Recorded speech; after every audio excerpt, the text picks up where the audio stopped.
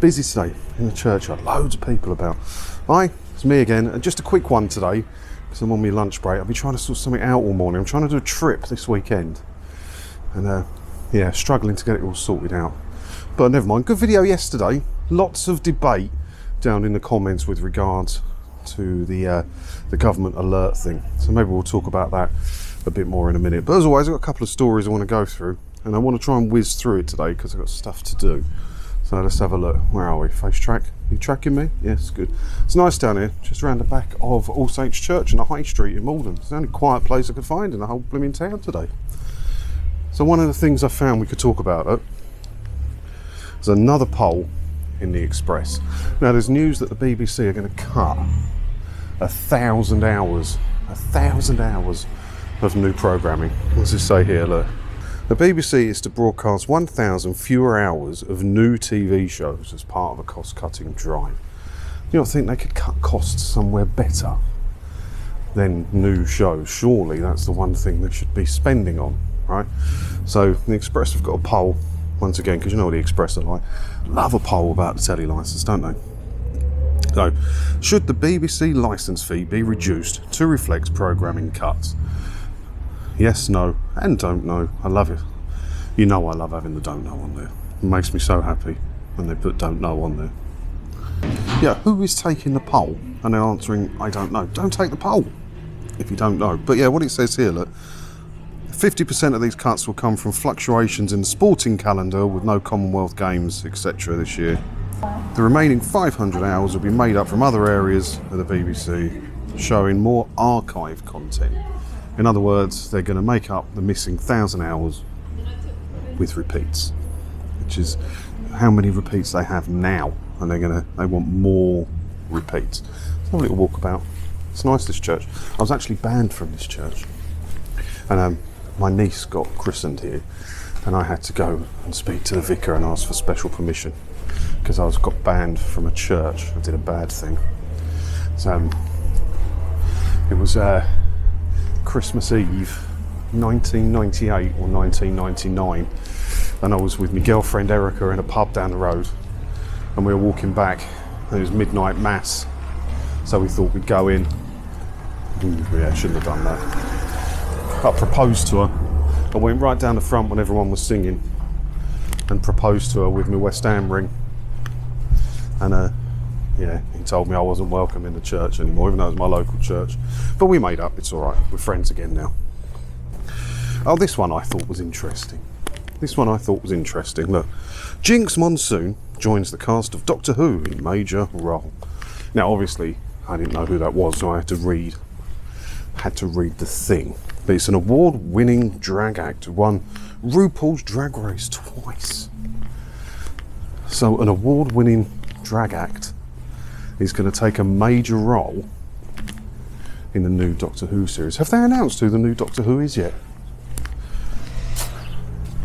I could see it. Couldn't you? I could see him putting that person as the new Doctor Who. That'd tick a few boxes, wouldn't it? I am not up to speed with me Doctor Who. So it's possible they've already announced the new Doctor. But if they haven't, that's where you want to put your money, I reckon. Now, I stumbled across this on Mum's Net. I don't frequent Mum's Net, obviously. Not my cup of tea. But it's a Google alert thing, right? So, AIBU to not pay my TV licence fee anymore. I had to Google the AIBU bit. Because am I being unreasonable? And I'm always on the internet. I don't know half these things. Right, this is what the person's written. I'm sick of the corrupt nature and backhanders that go on, and I no longer want to pay towards it. Having looked into cancelling my licence, it seems you need one to watch any live TV, not just the BBC. How is this right? What the F has it got to do with the BBC if I want to watch another channel? Yeah, so another person who's sort of new to the... Do I want to go down here? I don't know. No, I'll go back. Another person who's new to the whole TV licensing thing doesn't want to pay anymore, and has stumbled across the rule that you can't watch any broadcast TV, not just the BBC. And how is it right? I've never understood that. You've got to pay BBC for the right to watch Channel 4 or ITV or a Sky Channel.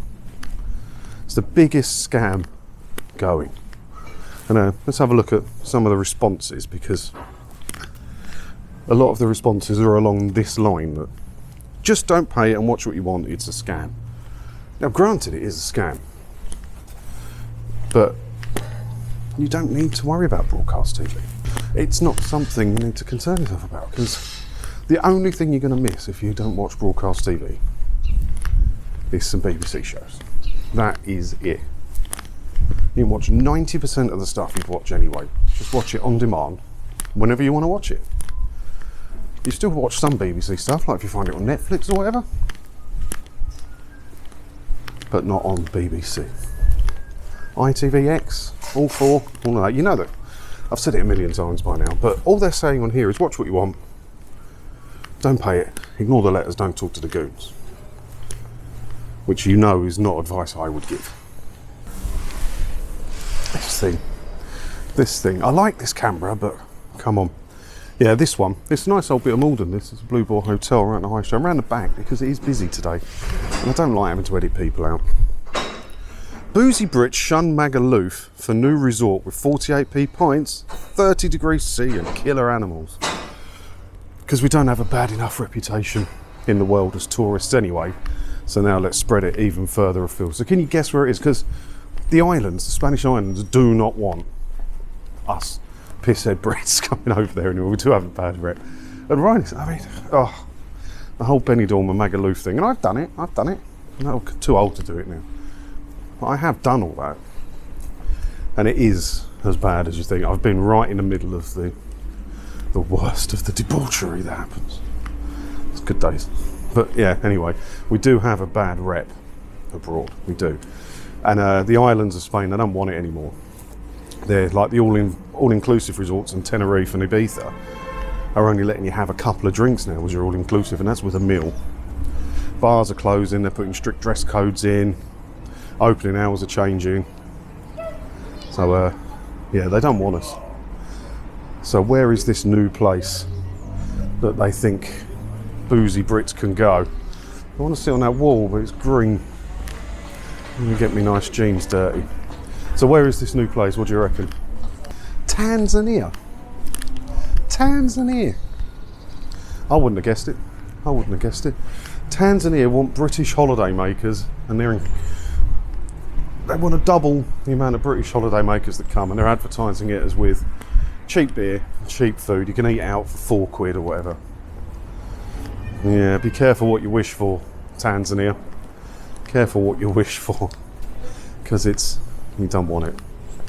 It's awful. Puke everywhere, fights. It's disgusting. Fun. Disgusting. And I think I'm going to make the stupid people section a regular occurrence, you know. Quite enjoyed the stupid people section yesterday. People are getting thicker, aren't they? And there's a small example of it here, look. Harrods customers ask if they should remortgage after discovering the cost of a cup of tea. Now in Harrods, not that I frequent that kind of thing, as you know, I'm more of a Wetherspoons kind of guy, they've opened a Prada cafe. And how much do you think a cup of tea is in the Prada cafe in Harrods, after they're saying you've got to remortgage? £6.25 for a cup of Majestic Earl Grey or breakfast tea. Flat white or latte would be £6.50. That's cheaper than I thought. Does that not seem cheaper than you would think? For that in Harrods, in Prada cafe? So there's people on here complaining, there's loads of tweets, because the newspaper article is just tweets now, obviously, complaining that it's too expensive. Where you think? There's a Costa down the road, or a Pret. You don't go into Harrods and then go into a cafe called Prada Cafe and expect an affordable cup of tea. It does make me laugh. Some people just do make me laugh. If it's, you know it's going to be expensive. I don't shop in Harrods because I know I can't afford to shop in Harrods.